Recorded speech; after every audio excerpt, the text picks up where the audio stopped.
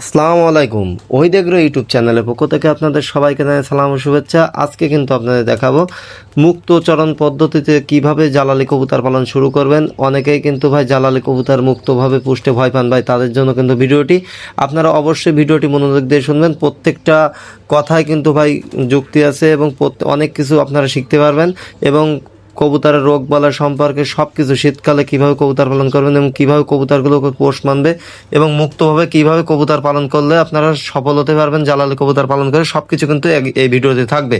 তো দর্শক, আপনারা অনেকে কিন্তু মুক্ত পদ্ধতিতে কবুতর পালন করতে ভয় পান, তাদের জন্য ভিডিওটি। মুক্ত পদ্ধতিতে কবুতর পালন করলে যে সুবিধাগুলো হয় তা হলো কবুতর ডিম বাচ্চা ভালো করে এবং কবুতর সুস্থ সবল থাকে। বুঝছেন? আপনারা কিন্তু অনেকেই কিন্তু ভাই মুক্তভাবে পালন করতে চান না। ভাই মুক্তভাবে পালন করলে কিন্তু এই সুবিধাগুলো পাবেন। আর কবুতরগুলো ভাই মাঠ থেকে খেয়ে আসবে।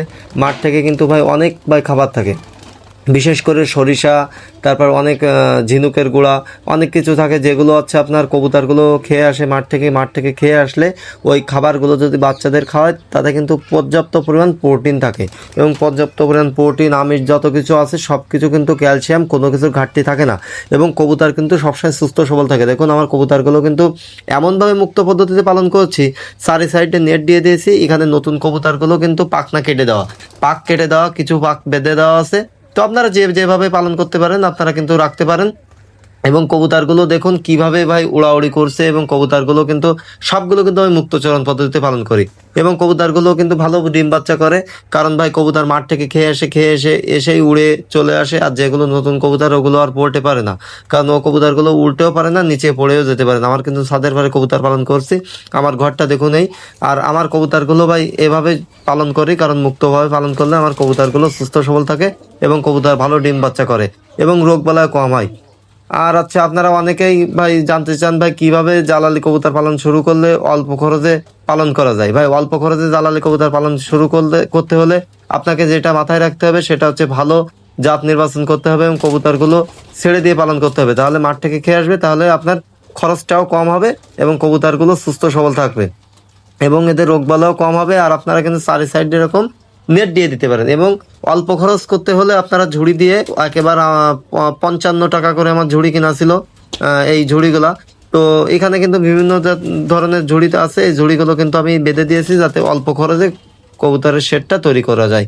আমার এখানে কিন্তু লাল বর্ডার, লাল বুনো সব ধরনের কবুতর আছে, কারণ ভাই বাজারে এক এক সময় এক এক রকম চাহিদা থাকে। কিন্তু ভাই আমার এখানে কিন্তু লাল বর্ডার, লাল বুনু, জালালি যত ধরনের কবুতর আছে ভাই, সব ধরনের জালালি কবুতরের জগতে সব কিছু আমার এখানে আছে। এই জন্য যে যে সময় যে বাজার পাবো সেই সময় সে কবুতরের বাজার ধরতে পারবো। কারণ ভাই আমার এখানে মনে করেন 38 জোড়া মতো কবুতর আছে, তাই এখান থেকে যদি আপনি প্রতি মাসে ভাই 25 জোড়া বাচ্চাও পাই, এখান থেকে যদি 25 জোড়া কবুতরের বাচ্চাও পাই, তাহলেও কিন্তু আপনার অনেক টাকা। আমার এখানে কিন্তু এই যতগুলো কবুতর আছে এখন সব বাছাই করা কবুতর। দেখুন আমার এখানে কালো বুনু আছে, লাল বর্ডার আছে, আর আমি কবুতরগুলো কিন্তু ঝুড়িতে পালন করছি। কারণ ঝুড়িতে পালন করলে কি হবে, কবুতরগুলো আচ্ছা আপনার হবে, আচ্ছা আপনার আলো বাতাস বেশি পাবে এবং কবুতরগুলো সুস্থ সবল থাকবে এবং পোকামাকড় কম হবে। ঝুড়িতেও কিন্তু পোকামাকড় কম হয় এবং ভালো ডিম বাচ্চা করে। এবং অনেকে জানতে চাইছেন যে ভাই কবুতরগুলো আমরা যে জালালি কবুতরগুলো পালন করব কিভাবে পোষ মানাবো। ভাই পোষ মানানো কোনো ভাই বিষয় না, কারণ আমি আজকে কিন্তু আপনাদের প্রত্যেকটা পার্টে যারা যারা জানতে চায় সব ভাই তাদের জন্য কিন্তু ভিডিওটি করা।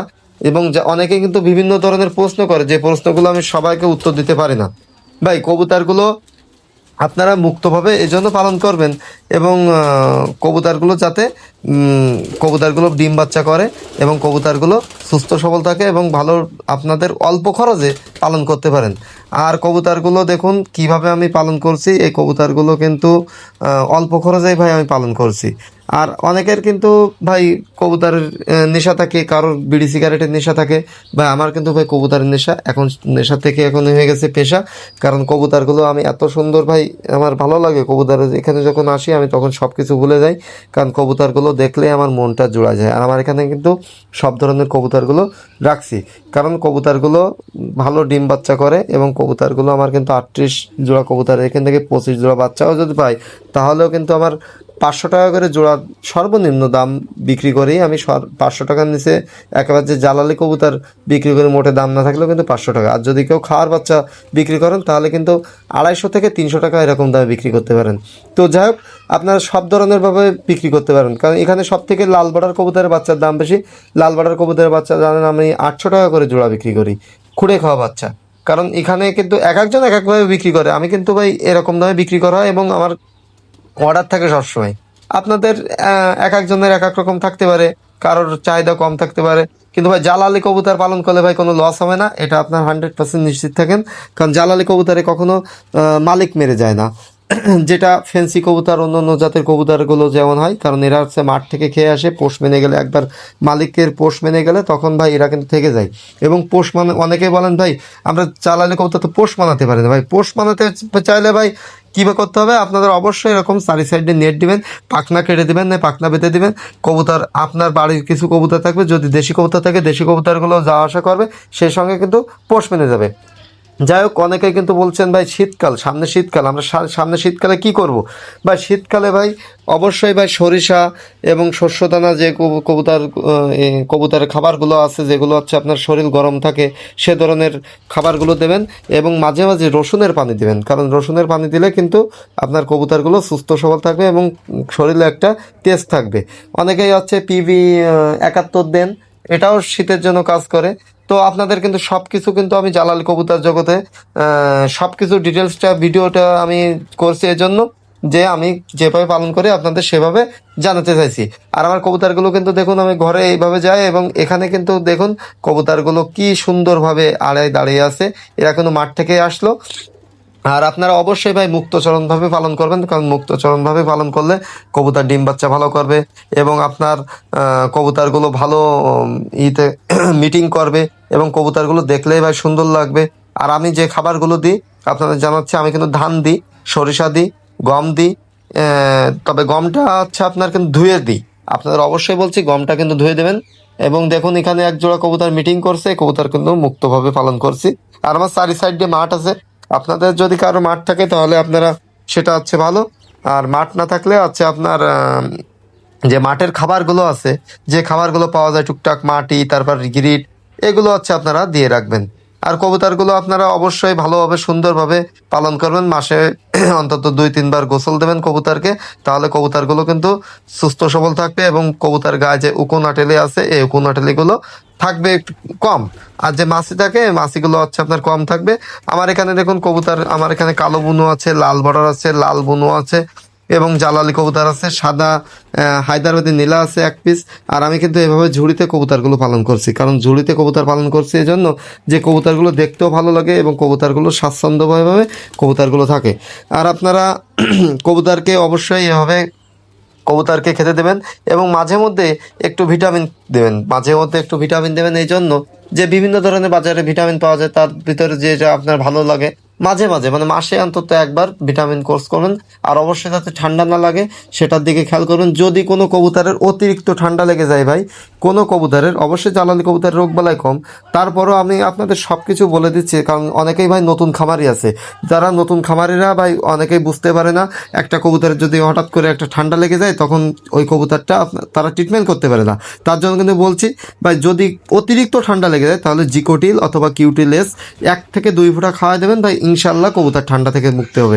দেখুন আমার এখানে কিন্তু ঝুড়িতে বাচ্চা করছে, দেখুন জালালি কবুতরের বাচ্চা কত সুন্দরভাবে বসে আছে এবং পোকামাকড়ও কিন্তু খুব কম।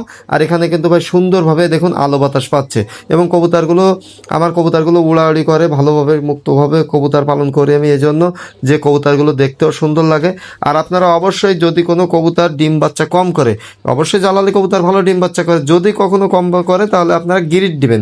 গিরিট দিলে হবে কি, আপনাদের যারা খাঁচা আটকে পোষেন তাদের জন্য গিরিটটা সাজেস্ট করব।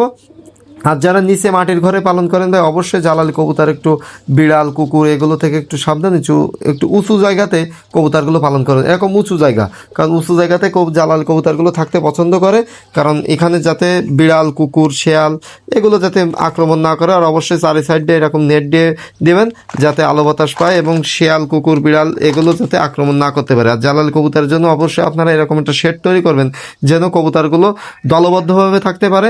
তো আজকে এই পর্যন্তই। আপনারা যে যা ভাই আমাকে প্রশ্ন করছিলেন, আশা করি সবাইকে কিছু না হোক অল্প কিছু শেখাতে পারছি।